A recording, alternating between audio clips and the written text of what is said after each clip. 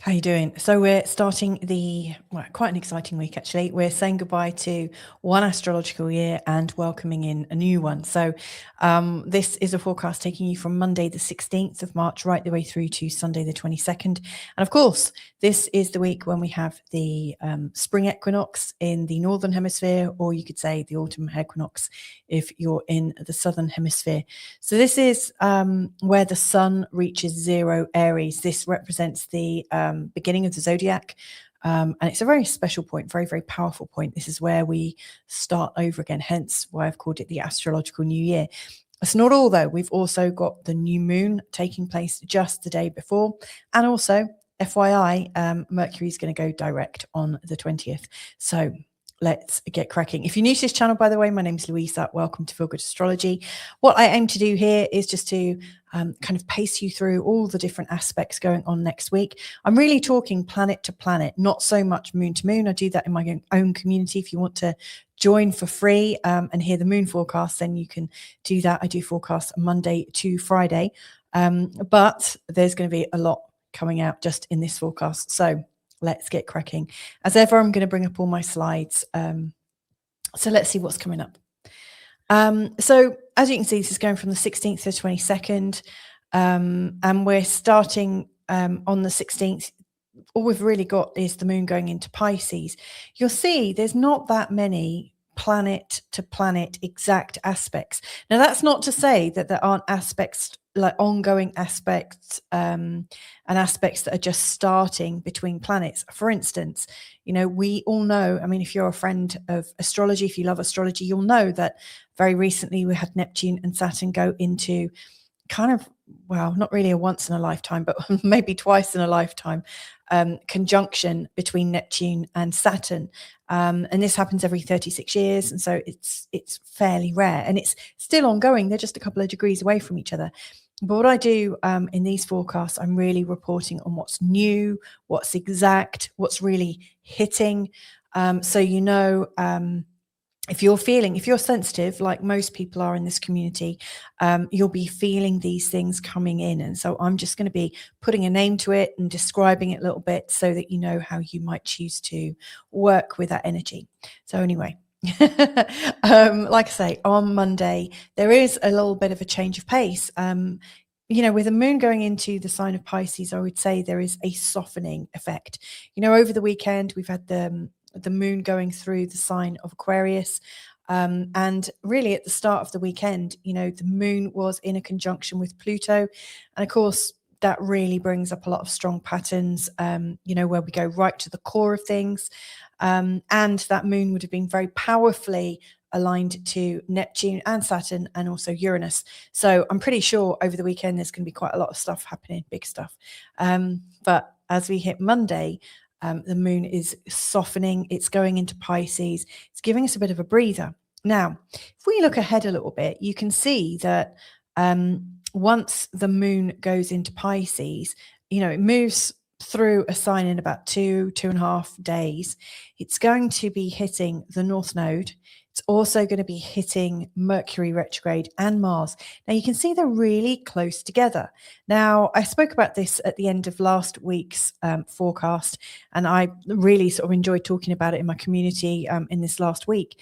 But, this is a really unusual energy, and it's happening in Pisces. Obviously, the North Node is only in Pisces for 18 months every 18-19 years. So to have Mercury retrograde and Mars and the North Node together at the same time is unusual. The North Node is about our energy, our life direction. And, because I'm talking about this from your perspective and my perspective, like person to person, but also, thinking about the world as well. To me, it feels like, we're really being asked to tune right in. Mercury retrograde absolutely gets us to communicate in symbols and to recognize that everything is so much more than we realize. Mercury in Pisces can be a little bit on the deceptive side, not necessarily very clear. Not like, when Mercury's in Gemini or Virgo, it's super clear, super straight. everything really fits together very easily. But here we've got a bit of subterfuge. Now, obviously, we can see that going on in the world. When we look at news reports, if we dare, I choose not to actually, but, there's obviously a lot going on. I hear snippets here and there.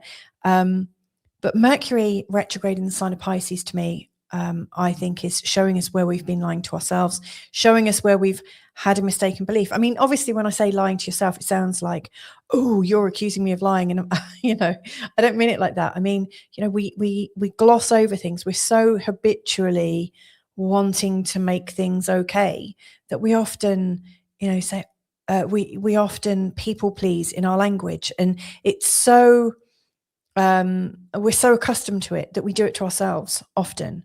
And so I think Mercury retrograde in Pisces has brought up a lot of stuff where, there've been signs, there's been symbols, there's been lots of recognition of, actually, maybe I got that wrong. Maybe I wasn't quite, feeling into it. So there's a course correction going on right now in terms of our intuition, and also in terms of our compassion.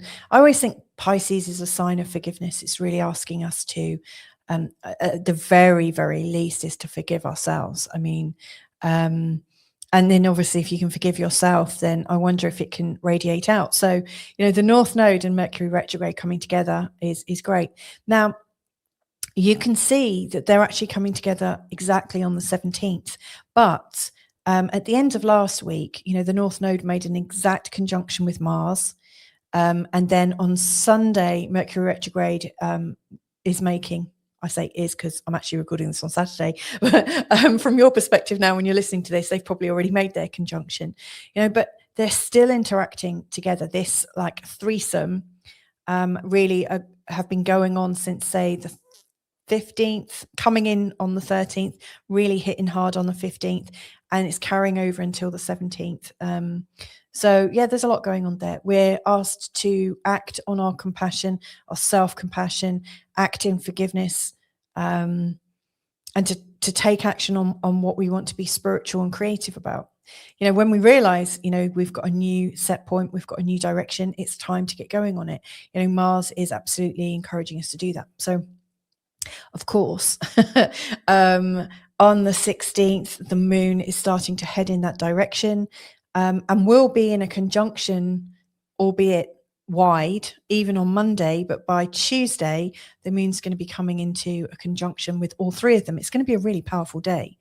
And then the moon's going to carry on. And later on, we will get that moon-sun connection, which is obviously a new moon in Pisces on Thursday the 19th.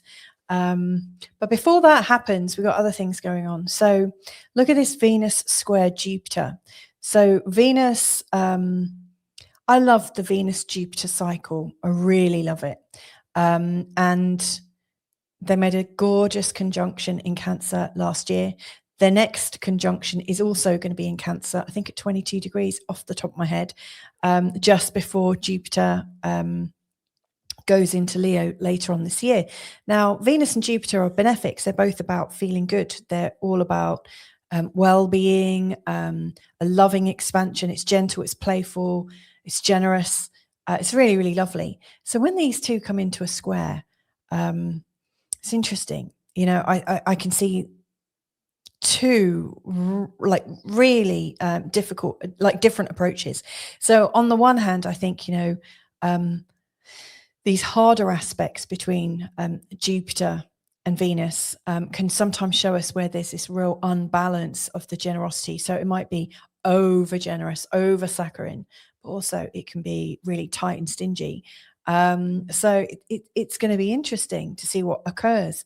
But, with Venus in Aries, that's, an energy where we're really wanting to be a lot more forthright with the people around us, a lot more direct, a lot more straight.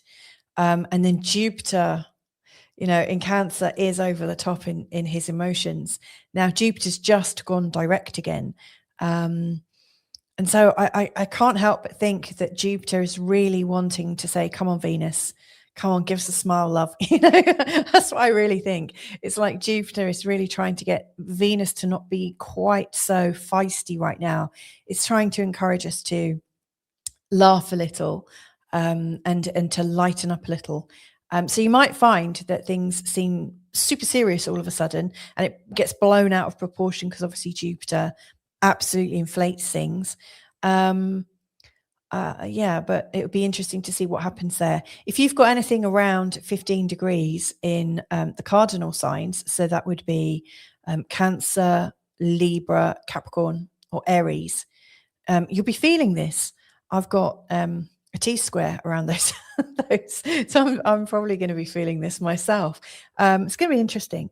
Thankfully, Venus is quite fast moving, especially at the moment. So it's a fleeting thing. It's not really going to hang around for too long, but just watch out for that on Wednesday, the 18th. You might be feeling a little bit kind of churlish. And also other things happening on the 18th. We've got the sun in an exact sextile to Uranus. Now, why is that relevant? Well, I would say because the sun really shows us our vitality, our levels of vitality, our ego. And when it's flowing fast and freely with the Uranian energy, which is innovative, it's shocking, it can create chaos, because all of a sudden this really clear decision comes straight in, boom, there it is. And then, the personality absolutely wants to move on it and act on it straight away. It's very spontaneous. So Wednesday, with the Venus square Jupiter quite hard, and then the sun in an exact sextile with Uranus, which is going to make things move very quickly. One thing that I would say is, if you're having a bit of a ding dong, and by a ding dong, I mean like a bit of an argument, not like a bit of how's your father. Sorry, I'm talking in sort of like English, sort of, what's the word? Metaphors here and descriptions. So like if you're really sort of at odds with your partner around Wednesday, you might find that you can get completely over the top in your emotions, feel really angry at your partner, and then make a very snap decision, and it creates chaos all around it, because in a sextile there's no resistance. And it's also very busy. It really wants to commit to things very quickly. Sextiles are very busy little things. They're aspects that get things moving. They're like the little cogs behind all the machinery. Without them, nothing's going to happen. And so the sun in a sextile to Uranus can really get things moving. And if you've had a massive, upset with your partner, you could be moving quite quickly on something. And here's the thing, the sun and Venus are going to move out of those aspects very quickly. Then there's going to be a new moon, and then there's going to be the sun going into Aries, and there's a whole new season. So it does feel like on the one hand we're clearing the decks and saying ta-ra, like 2025 to 2026, I'm off, see ya. That was intense, wasn't it? And then moving into the next year, sure, we are doing that, but we might not, we might make a mistake. We might get rid of something, without really thinking it through. So just watch out for that tendency. And if you do have a tendency to kind of have these blow-ups where you totally wreck your life, like you get a wrecking ball to it, this is one of those moments where you might need to be aware of, so that you don't wreck something you actually want to keep. The new moon in Pisces, when it comes in on the 19th, I probably will be doing a different video about the new moon in particular, but the new moon in Pisces is really like a soulful new beginning. It's not about chaos. It's not about upsetting people. It's not about making a big move necessarily, but it's making a big movement into yourself. It's encouraging you to go into your creativity and into your sensitivity, and it's encouraging you to really love yourself beautifully. It's not encouraging you to go to war on anything. And so, yeah, that's another reason why I would be a little bit cautious about getting caught up on the 18th. So, and then after the new moon on the 19th, that's Thursday, the moon is going to go into Aries, and then things are going to start moving again. It's going to feel like, like it's a new week, even though it's not. It just feels like there's something new approaching. And of course, there we have it. On the 20th, we're into a whole new astrological year, or a solar year. So none of this, the calendar starts on the 1st of January. We're talking about a whole new astrological year. The sun goes into 0 Aries, Mercury goes direct on the same day, and we've also got the sun and the moon in Aries. So it's very initiatory. So yeah, quite an interesting time we're having. Now, over the weekend, next weekend, so Saturday 21st and into Sunday the 22nd, it's not ever so much happening. Obviously, on the 21st, we've got the moon going into Taurus. And so, from the perspective of a weekend, moon in Taurus could be excellent if you want to be out and about and lounging around in nature, enjoying things in your garden, having tea with people, eating nice food and just feeling good. The moon in Taurus is great for that. On Sunday, we've got a couple of interesting aspects. So Mars is coming into a trine with Jupiter. If we look here, this is the chart for Monday, actually. You'll already see that Mars and Mercury retrograde and even the North Node are already in a trine with Jupiter. But over the course of the week, this is Mars is moving closer and closer into an exact trine with Jupiter. And so that's really coming in on the 22nd, that's Sunday. To me, this is a really wonderful, courageous aspect. I say courageous because we're like, I really like to look at the entire cycles between two planets. So, for instance, Mars and Jupiter would have made a conjunction. I don't know when their last conjunction was, honestly, but when they have their conjunction, you're going on this new journey of courage. And Mars is the faster planet, so he will speed up from wherever Jupiter was, and as he goes into his first sextile, you'll be doing great stuff, and then he goes into a trine, and you'll be really moving forwards with a feeling of maybe false optimism and forced courage. You're really moving out there quite quickly.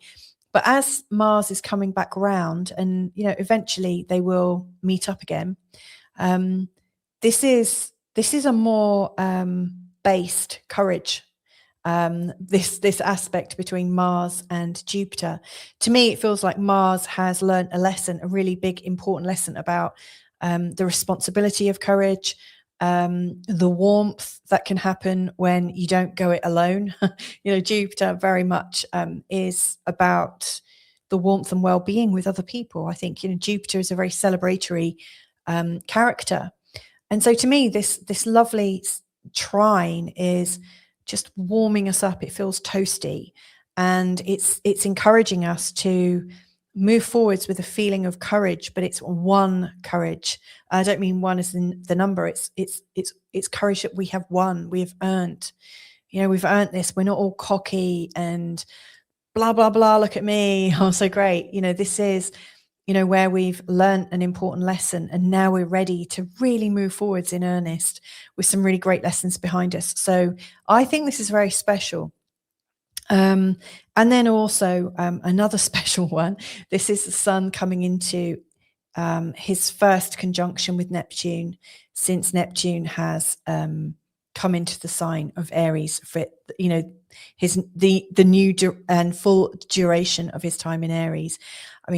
Neptune's going to be in Aries for well over a decade, and so we're going to have lots of every year there will be a conjunction between the sun and Neptune, but this is really setting us on a new path. And so when you put in this warm, earned courage with the sun and Neptune together in Aries for the first time together, the sun is about us taking action in Aries and saying, yep, we're into a new year, let's get going.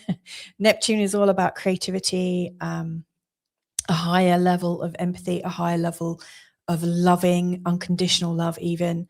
And so anywhere where we have these high ideals about the beauty that we might see in the world and that we might see and want to deliver or add to, or I don't know, dedicate our work to something, this is a very dedicatory time, Sunday the 22nd. So I think it's great.